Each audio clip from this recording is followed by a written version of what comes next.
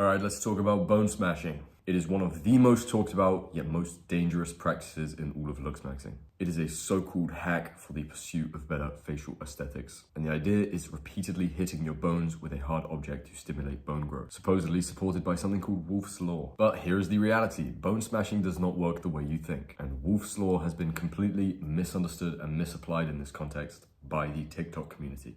Surprise. In this video, I'm going to break down why it's not only outright ineffective, but also harmful. I'm going to expose all of the risks and the long-term consequences that you could face from doing it. Okay, so what does it claim to do? Bone smashing hinges on the idea that if you repeatedly hit your face with something hard, it creates microfractures on the bones, leading the bone to grow back thicker and stronger, and therefore more attractive in some cases, especially if it's on your zygomatics. This belief is tied to something called Wolff's Law. But Wolff's Law explains that bones adapt to loads of pressure placed on them over time. It's why weightlifters develop denser bones over time after lifting heavy weights, or why astronauts lose bone density when they have no external pressures like gravity on them. But here's the key misunderstanding. Wolff's Law applies to slow and controlled, consistent changes of pressure on the bones. Controlled, consistent, and functional loads, not random trauma or blunt force. So here's exactly why Wolff's Law doesn't support bone smashing. Let's talk about controlled stress versus trauma. Wolff's Law describes the body's adaptation to controlled functional stress over time. Walking, lifting weights, or even things like orthodontic adjustments. Bone smashing creates uncontrolled, chaotic trauma. Instead of stimulating healthy adaptation, it risks fractures, inflammation, and improper healing. Also, microfractures do not heal uniformly. The human body can't control exactly how bones are going to react from trauma.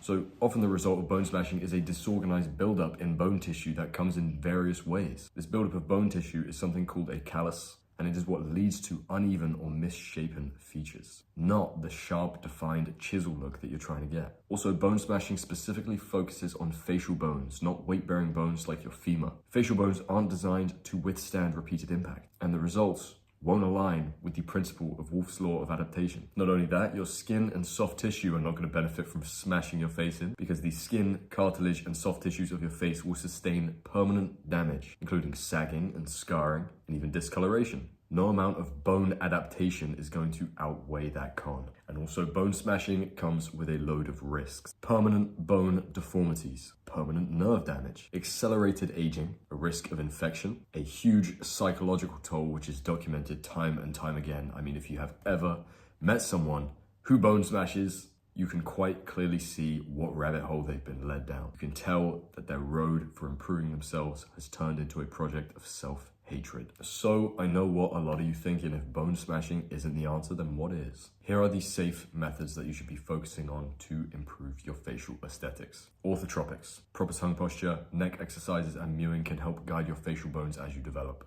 Weight loss and fitness, skincare and collagen support, everything to do with joint suture theory and bone manipulation in that sense, chewing exercises and jaw development, and myofunctional therapy. So no, bone smashing doesn't work, and it's not because of Wolff's Law, but because it fundamentally misunderstands how the body adapts to stress. The risks far outweigh the supposed benefits, and the long-term consequences can be completely irreversible. So cut it out, stay safe. Remember that this is a journey of self-improvement which should be rooted in self-love. In other words, you don't need to harm yourself in any way to improve. Much love, gang. Let me know if you have any questions.